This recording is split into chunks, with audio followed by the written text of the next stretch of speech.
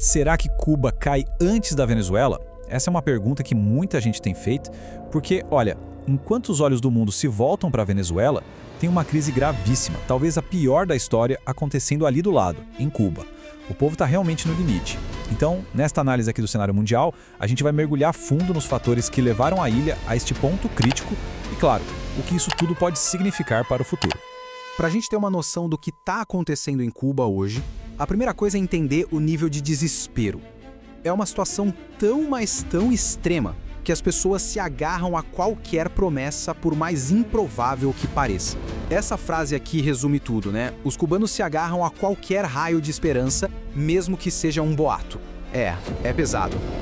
E o que acontece quando esse desespero todo encontra a desinformação da internet? Pois é, recentemente a gente viu uma onda de protestos gigantescos explodirem em Cuba. Mas o mais impressionante é o gatilho.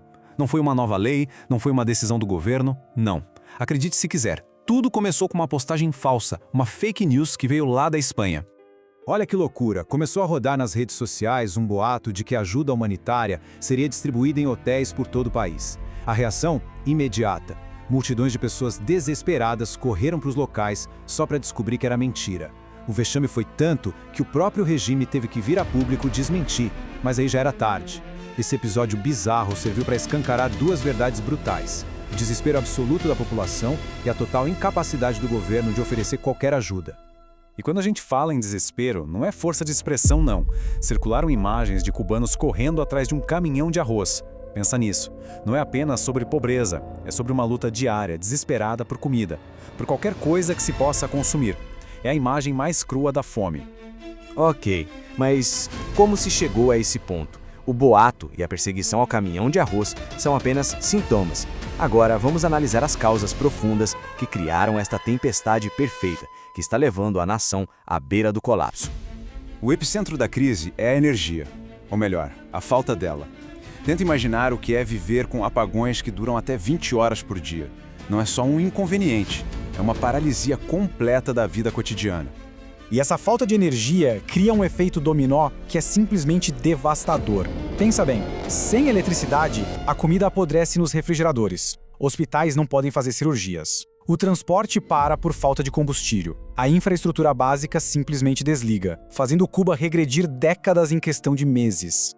Tá, mas por que a crise energética é tão grave assim? O motivo é simples e alarmante. Olha só, 95% da geração de energia de Cuba depende de petróleo e gás importados. Essa dependência extrema torna o país incrivelmente vulnerável a qualquer choque no fornecimento que venha de fora. E o choque veio. Os dados mostram uma queda drástica de 35% nas importações de petróleo. Na prática, isso quer dizer que os navios petroleiros simplesmente não estão chegando na quantidade necessária. Para um sistema que depende vitalmente desse recurso, o resultado é um só: catástrofe. E como se não bastasse a crise energética e de comida, tem um desastre de saúde pública acontecendo. Com as condições cada vez mais precárias, doenças como dengue e outras menos conhecidas, como oropouche e chikungunya, estão se espalhando rapidamente.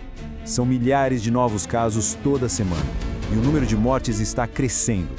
E para combater essas doenças são necessários medicamentos. Mas aqui está o ponto crucial. O próprio regime admite publicamente uma escassez de 70% nos medicamentos essenciais. 70%. E vamos ser sinceros, se este é o número oficial que eles divulgam, dá para imaginar qual é a realidade no dia a dia, né? Então, vamos juntar as peças. Sem energia, sem comida, sem remédios. A conclusão é dura, mas inevitável. Não se trata de uma nação à beira do colapso. Cuba já está em um estado de bancarrota total e absoluta. O sistema falhou. Com o colapso interno, a sobrevivência do regime depende do apoio externo. Vamos agora mudar o foco para o contexto internacional e ver como os aliados de Cuba estão reagindo e quais cartas na manga seus adversários podem ter. A verdade é que Cuba está cada vez mais isolada. Aliados tradicionais como a Venezuela e a Rússia estão ocupados com seus próprios problemas gigantescos. O México hesita em ajudar e, ironicamente, um dos poucos apoios práticos vem da Espanha, um país democrático, que vendeu equipamentos anti-motim para ajudar o regime a reprimir seu próprio povo. É tentador pensar que o regime sempre sobrevive, mas o contexto hoje é completamente diferente. Em 1961, durante a invasão da Baía dos Porcos, Fidel Castro era popular e tinha o forte apoio da União Soviética.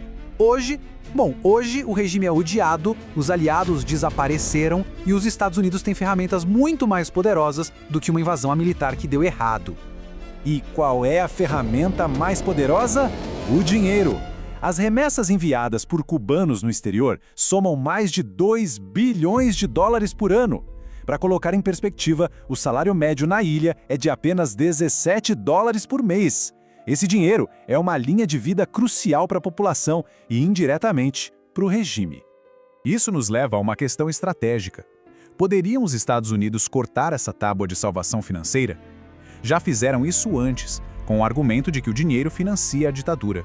É uma arma de pressão econômica com um poder imenso, embora com um custo humano cruel para as famílias cubanas que dependem disso para sobreviver. Mas além da economia e da geopolítica, há um fator humano decisivo que está moldando o futuro de Cuba. A gente precisa se concentrar agora nas mudanças demográficas, especialmente no êxodo em massa que está sangrando o país. Os números são assustadores. Em apenas 2 anos, a população de Cuba caiu 18%. Isso é uma perda demográfica que se vê em países devastados pela guerra. E quem está saindo? Os jovens. Exatamente aqueles que deveriam construir o futuro do país estão fugindo em busca de um. E este êxodo tem uma consequência política direta.